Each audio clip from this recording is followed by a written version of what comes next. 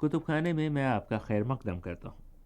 ان دنوں ہم لندن میں انڈیا آفس لائبریری میں اردو کی 1 صدی پرانی کتابوں کا مطالعہ کر رہے ہیں۔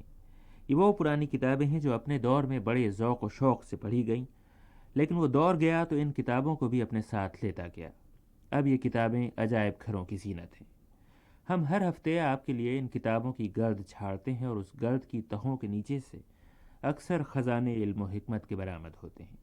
آج بھی ہم علم اور خصوصاً حکمت سے بھرپور کتابوں کی ایک الماری کے سامنے کھڑے ہیں، اور اس الماری میں حکمت، معالجہ، طبابت، جراحت، نسخوں، طبی اصطلاحوں اور دوا علاج کے موضوع پر ہونے والے مباحثوں کی سینکڑوں کتابیں چنی ہوئی ہیں۔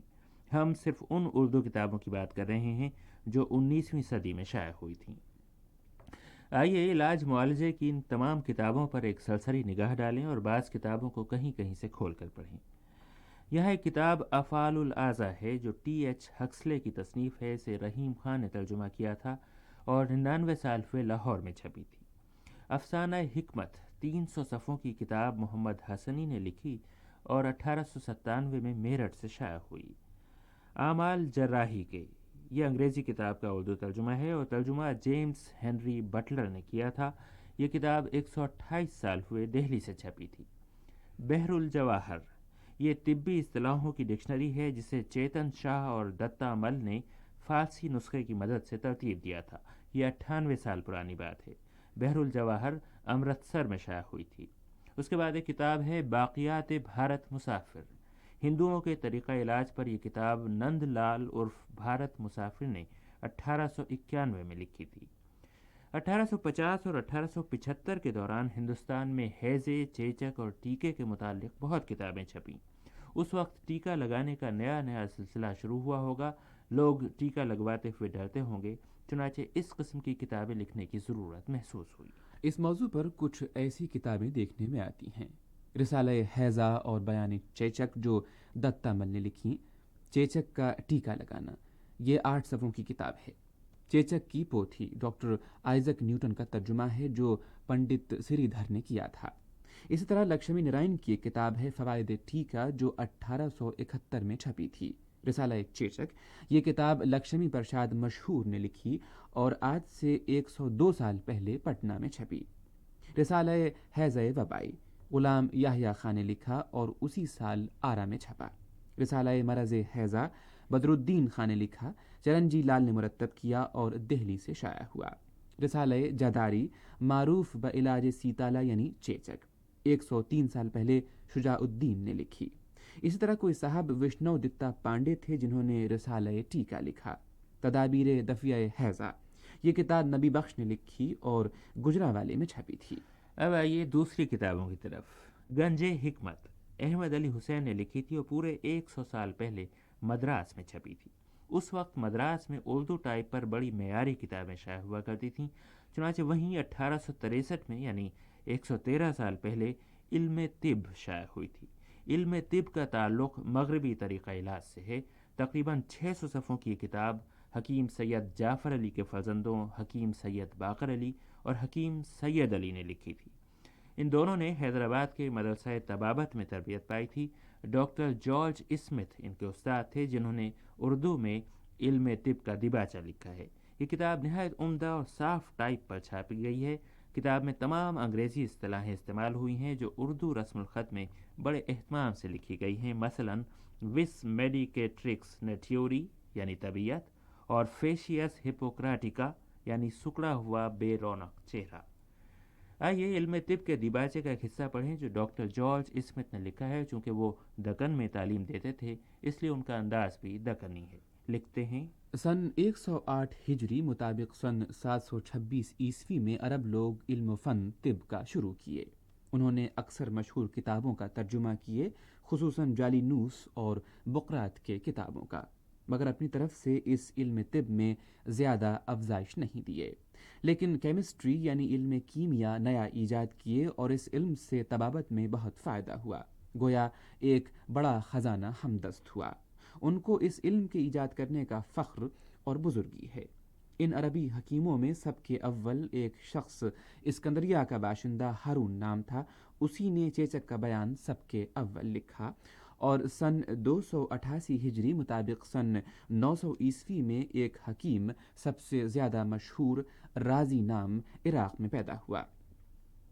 یہ شخص چیچک اور گوبری کا بہت طولانی بیان لکھا اور اسی نے علم جراحی کو ترقی دیا اور کئی نئے دوائیں بھی ظاہر کیا، اور سن 370 ہجری مطابق سن 980 عیسوی میں بو علی سینا بخارے میں پیدا ہوا۔ یہ شخص عربی اطباء میں بہت مشہور تھا اور بغداد کے سب علوم میں ممتاز تھا۔ اس کی تصنیف کی کتابیں بہت ہیں، ان میں سب سے عمدہ اور مشہور کتاب قانون ہے۔ باقر علی اور سید علی کی کتاب علم طب کے بعد آئیے اب آگے چلیں۔ یہاں ہمیں کنجی لال کی کتاب گلدستہ ادویات اور الہی بخش فیروز پوری کی تصنیف گلدستہ مجربات نظر آتی ہے۔ یہ کتاب عام بیماریوں اور ان کے علاج کے متعلق ہے۔ اس کے بعد ایک دلچسپ کتاب ہے ہم گوشت کھائیں یا گھاس۔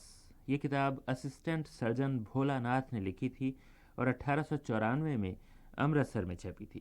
اس میں انہوں نے طب کی روشنی میں ثابت کیا تھا کہ محض سبزی خوری کافی نہیں، ہمیں گوشت بھی کھانا چاہیے۔ اس کتاب کی اشاعت پر بعض لوگ یقیناً ناراض ہوئے ہوں گے، چنانچہ ایک اور کتاب دیکھنے میں آتی ہے ست کا بل اور جھوٹ کا چھل۔ یہ کتاب آتما رام نے لکھی اور اس میں ثابت کیا کہ سبزی خوری صحت کے لیے بری نہیں۔ اس کے بعد غلام یحییٰ کی علاج العام اور ڈاکٹر جان ولسن جانسٹن کی علاج الامراض ہے، مگر ان سب میں نمایاں علاج الغربا ہے جو آج بھی پرانے گھرانوں میں موجود ہوگی۔ علاج الغربا 250 صفحوں کی کتاب ہے۔ اسے حکیم غلام امام نے فارسی میں لکھا تھا اور نول کشور نے چھاپا تھا۔ اس کتاب کی اتنی دھوم مچی کہ دیکھتے دیکھتے اس کی 10,000 جلدیں فروخت ہو گئیں۔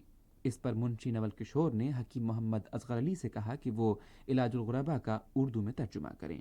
ہمارے سامنے اسی ترجمے کا دوسرا ایڈیشن ہے جو 1870 میں چھپا تھا۔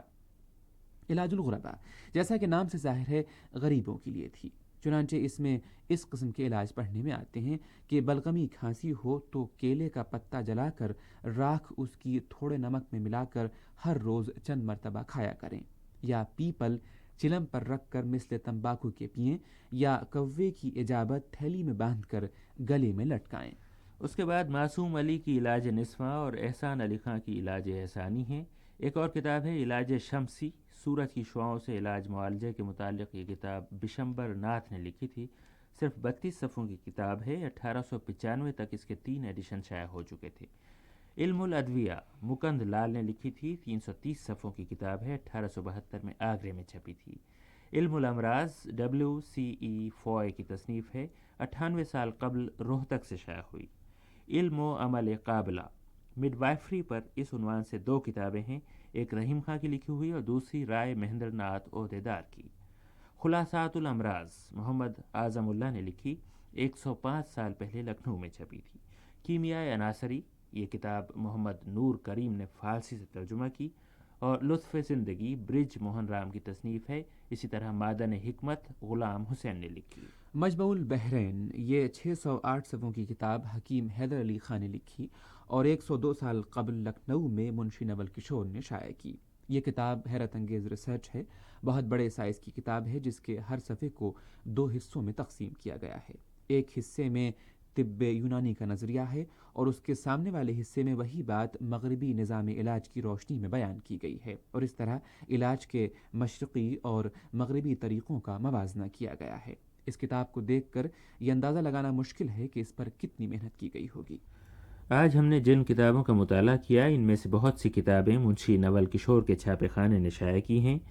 منشی صاحب کے بارے میں یہی کہا جا سکتا ہے کہ بہت کتابیں چھاپتے تھے اور ہر قسم کی کتابیں چھاپتے تھے، چنانچہ انہوں نے طب کی ایسی لاجواب کتابیں بھی چھاپیں کہ پھر کبھی نہ چھپیں، لیکن انہوں ہی نے جادو، ٹونے اور تعویذ گنڈے کی بھی 20 کتابیں شائع کی۔ چنانچہ ایک کتاب مجربات اکبری بھی ہے جس میں بڑی تفصیل سے بتایا گیا ہے کہ کس طرح چمگادڑ کے حلق میں پارا ڈالیں، پھر چمگادڑ کی کمر میں کسی کنواری لڑکی کا کاتا ہوا تاگا باندھیں۔ ایک منتر ہے جسے 7 مرتبہ پڑھیں۔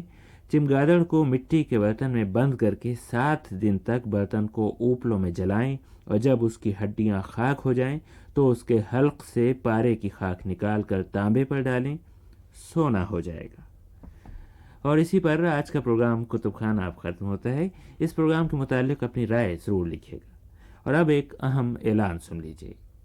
اگلے مہینے یعنی مئی سے پروگرام کتب خانہ ہر اتوار کی صبح کی مجلس میں نشر ہوا کرے گا اور اس کا وقت دگنا یعنی تقریباً 20 منٹ ہو جائے گا اور پروگرام بلا ناغہ ہر اتوار کی صبح کو نشر ہوگا. گویا اتوار 2 مئی کو آپ پروگرام کتب خانہ رات کو نہیں بلکہ اتوار کی صبح کی مجلس میں سنیں گے. اور دوسری بات یہ کہ چونکہ برطانیہ میں عالم اسلام کا فیسٹیول ہو رہا ہے جس کے متعلق ہر اتوار کی شام کو ہم خصوصی پروگرام نشر کریں گے، چنانچہ 11 اور 18 اپریل کی شام کو کتب خانہ نشر نہیں ہوگا بلکہ ہمارا خصوصی پروگرام ہوگا. تو گویا کتب خانے کا اگلا پروگرام اب اتوار 2 مئی کو ہماری صبح کی مجلس میں ہوگا. اس وقت تک کے لیے رضا علی عابدی کو اجازت دیجیے. شب بخیر.